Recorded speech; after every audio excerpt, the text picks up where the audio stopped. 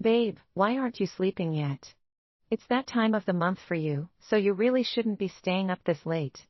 Harlan brought over a glass of warm milk, which he brewed and placed in my hands. Then, he brought a blanket and gently draped it around me, asking tenderly, "Is your back sore? Would you like me to massage you?" I closed the file in my hand and smiled brightly at him. Yasmine's school recital is coming up soon. She's been unhappy with the piece she's been practicing. I got the most renowned pianist in the country to come and coach her in a couple of days. Harlan looked touched. You're always so dedicated to Yasmine. When she becomes successful, she'll surely repay you 100-fold. I looked at Harlan and replied naturally, of course. Yasmine is smart and talented. Being her mother is my greatest blessing. Harlan sighed gently and embraced me from behind. The Thorns are incredibly blessed that I married such a wonderful wife like you. Turning my face so he couldn't see, I sneered silently without responding. Harlan and I had been together since college, which equaled 4 years of dating and 7 years of marriage. Despite 11 years of being together day in and day out, he was almost perfect in my eyes. During our relationship, he never forgot when my time of the month was and prepared a glass of warm milk for me for over a decade without fail. After marriage, he knew I loved surprises and romance, and no matter how late he came home, he always brought a small, thoughtful gift. Until I overheard his conversation with the nanny, I had always thought I was the happiest woman in the world. Wow, Lana, you're amazing. From the music room not far away, Yasmine's delighted applause rang out. Instinctively, I got up and walked toward the door of the music room. The graceful melody of the piano ceased. Lana picked my daughter up and affectionately tickled her under the arms. So, do you want to continue practicing? Hee, Lana, give me a kiss, and I'll keep practicing. Yasmine pouted and acted coy. Lana gave her a big kiss on the cheek. All right, play it for me one more time. If you play well, I'll make you egg and soldiers tomorrow morning. Their intimate tone resembled that of a biological mother and daughter. From the corner of her eye, Lana noticed me and immediately got up. Flustered, she put Yasmine down. Dana, Before she could explain, Harlan quickly interjected to smooth things over. You haven't been feeling well these days, so I asked her to help Yasmine practice the piano. She used to be a music teacher, and you can see she's done a decent job with Yasmine. Upon hearing this, Lana gave me a bashful smile and then quickly lowered her head. Well, I was a substitute teacher for a few years. Your family has been so good to me. I just wanted to help Yasmine as much as I could. Seeing her guilty demeanor, I couldn't help but think back to the day I gave birth. After narrowly escaping death, I woke up to find her holding the child I had risked my life to deliver, soothing her skillfully.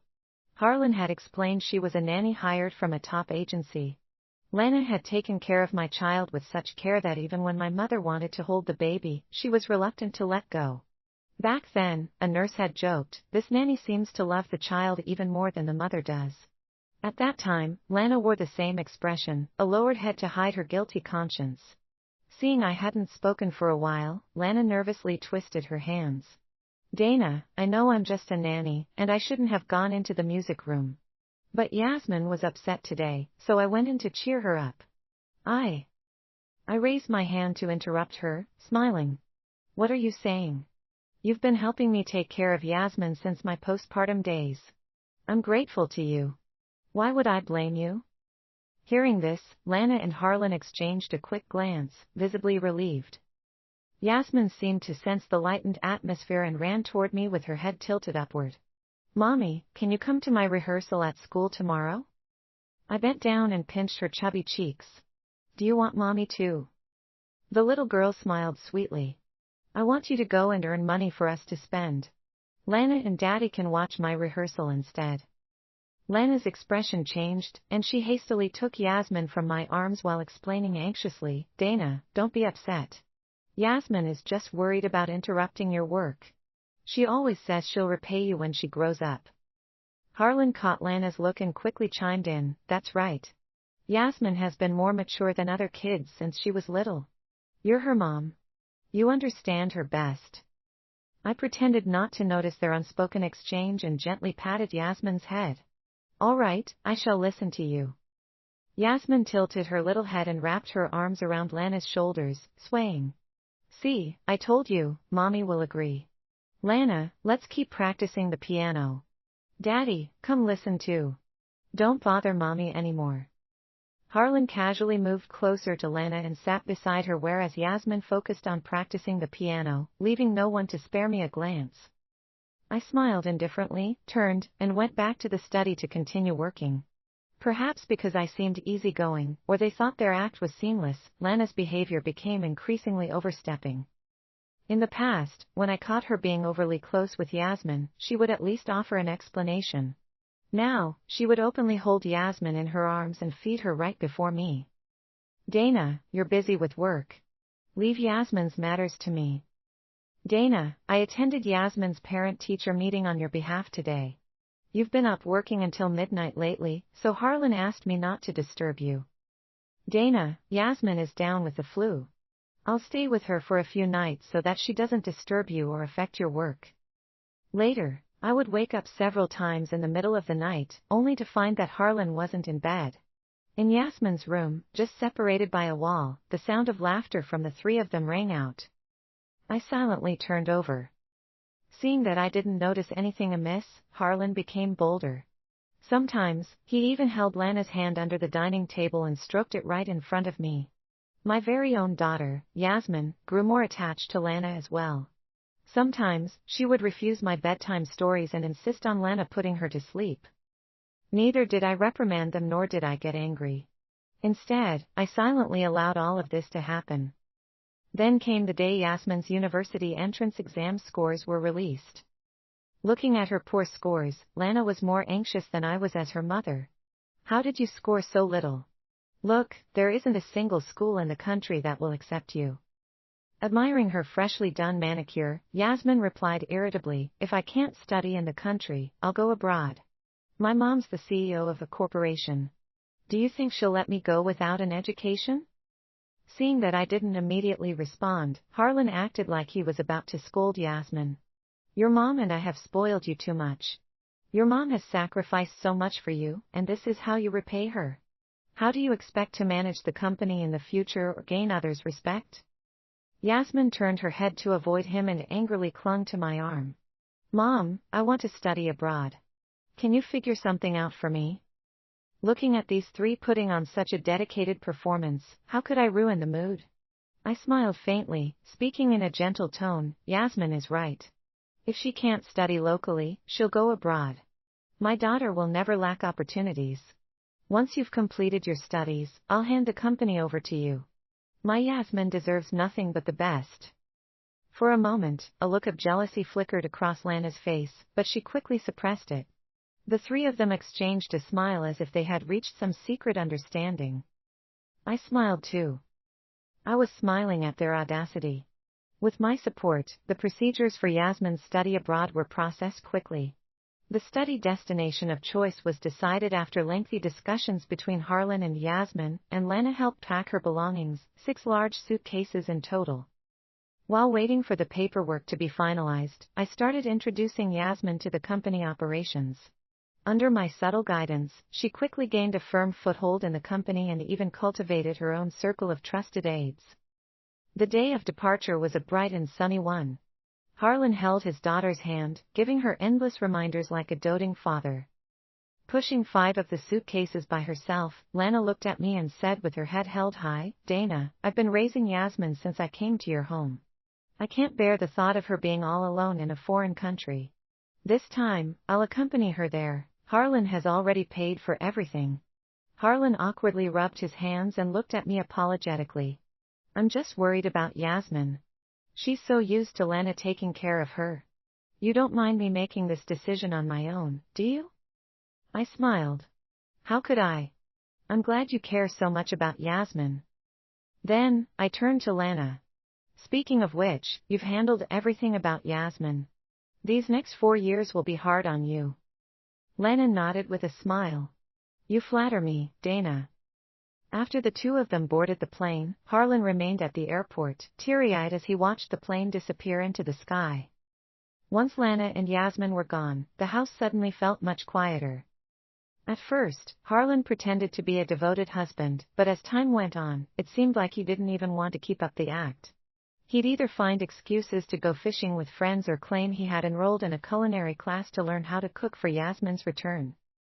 I watched his performance, pretending not to notice the frequent notifications on his phone about flights to Australia. Instead, I played along, sighing. You've put so much effort into Yasmine over the years. She won't disappoint you in the future. Harlan straightened up proudly. Of course. Our Yasmine is bound to be the best. Although he emphasized the words our Yasmine, his gaze seemingly passed right through me as if he were looking at someone else. 4.5 years later, Yasmine returned, glowing with pride, accompanied by Lana. The two of them were dressed in matching mother-daughter outfits with identical hairstyles and even wore custom-made rings, one large, one small. Harlan rushed forward, taking both of them into a tight embrace, rambling on about how much he had missed them. Passers-by couldn't help but think they were a picture-perfect family of three. Sorry, I got too excited and didn't realize, Harlan explained when questioned about why he had embraced Lana as well. Yasmine pushed him away with a playful smile and clung to my arm, shaking it. Mom, I got straight A's abroad. When can I take over the company? I've been dying to help you out. Couldn't wait any longer, could she? I smiled, holding her hand. You can take over right now. I've already convened a shareholders meeting. Let's go announce the handover. At the shareholders meeting, not only were the most renowned stakeholders present, but so were several of the city's most prestigious media outlets. It was a grand scene with flashes of cameras and hungry reporters eager for a story. Yasmine clung to me, her tone uncertain. Mom, isn't all this a bit too much? I patted her hand reassuringly. You are my child, and everything I have belongs to you. If I'm passing it on to you, of course, the more people know about it, the better. Hearing this, Yasmine straightened her back proudly, shedding her earlier nervousness. As for Harlan and Lana, they were nowhere to be seen, but I wasn't concerned. What was meant to happen would eventually unfold. Under the spotlight and the attention of the entire room, I signed my name on the transfer agreement that was prepared earlier, relinquishing the position of CEO of the Roberts Group. Since its establishment, the Roberts Group had only ever had two female CEOs, myself, and now, Yasmine. She became the youngest successor in the company's history. The reporters swarmed in, vying to interview Yasmine about the secrets to her success. Under the glowing spotlight and amidst the lively atmosphere, Yasmine's face radiated with joy. Completely immersed in the attention, she held my hand tightly and expressed her gratitude to me in front of everyone. For a moment, the crowd was united in admiration. Who would have thought that beneath Dana Roberts' iron-fisted leadership lies the heart of a devoted mother, tirelessly paving the way for the next generation? Just then, the lights in the room abruptly dimmed. A single spotlight illuminated two figures who had just arrived, a man in a tuxedo and a woman in a high-slit gown, looking like the perfect golden couple. The audience watched in stunned silence, becoming witnesses to their apparent happiness. Under the puzzled gazes of the reporters, Lana walked up to Yasmine, affectionately hooking her arm, and turned to me with a mocking smile. Dana Roberts, the truth is, your child was stillborn. To spare you the shock, Harlan and I gave you our child to raise. Now, it's time for her to know who her real mother is. She produced two documents, a paternity test and a psychiatric report. Here's the test proving I'm Yasmine's biological mother, and this is the psychiatric evaluation from when you were emotionally unstable after childbirth. Harlan and I only gave you our child for so many years to protect you. We did it all for your sake. The crowd erupted in shock. Who is this woman? How could she be Yasmine Thorne's biological mother? I know her. She used to be the Thornes' nanny. My God, was she having an affair with Harlan all along? What a scandal. A nanny and the master of the house betraying Dana Roberts, this is unbelievable. Amid the barrage of criticism, Harlan firmly took Lana's hand, brazenly showcasing their bond. I'm not an ambitious man, he declared shamelessly. All I've ever wanted in life is to find my one true love. Unfortunately, I wasted the first half of my life lost and aimless, until I met Lana. We are soulmates, and Yasmine is the fruit of our love. I won't let anyone slander Lana or the mother of my child. Ask yourselves, is your marriage truly happy? I'm just braver than you for choosing to follow my heart. What an audacious display of shamelessness. I shifted my gaze to Yasmine and spoke calmly. Yasmine, tell me how you truly feel. Ignoring me, Yasmine handed the transfer agreement to her lawyer, who carefully examined it. Once it was confirmed to be valid, she dropped her earlier cheerful demeanor, replacing it with disdain and cold indifference. Scoffing, she sneered, you only managed to break my parents up because of your privileged background.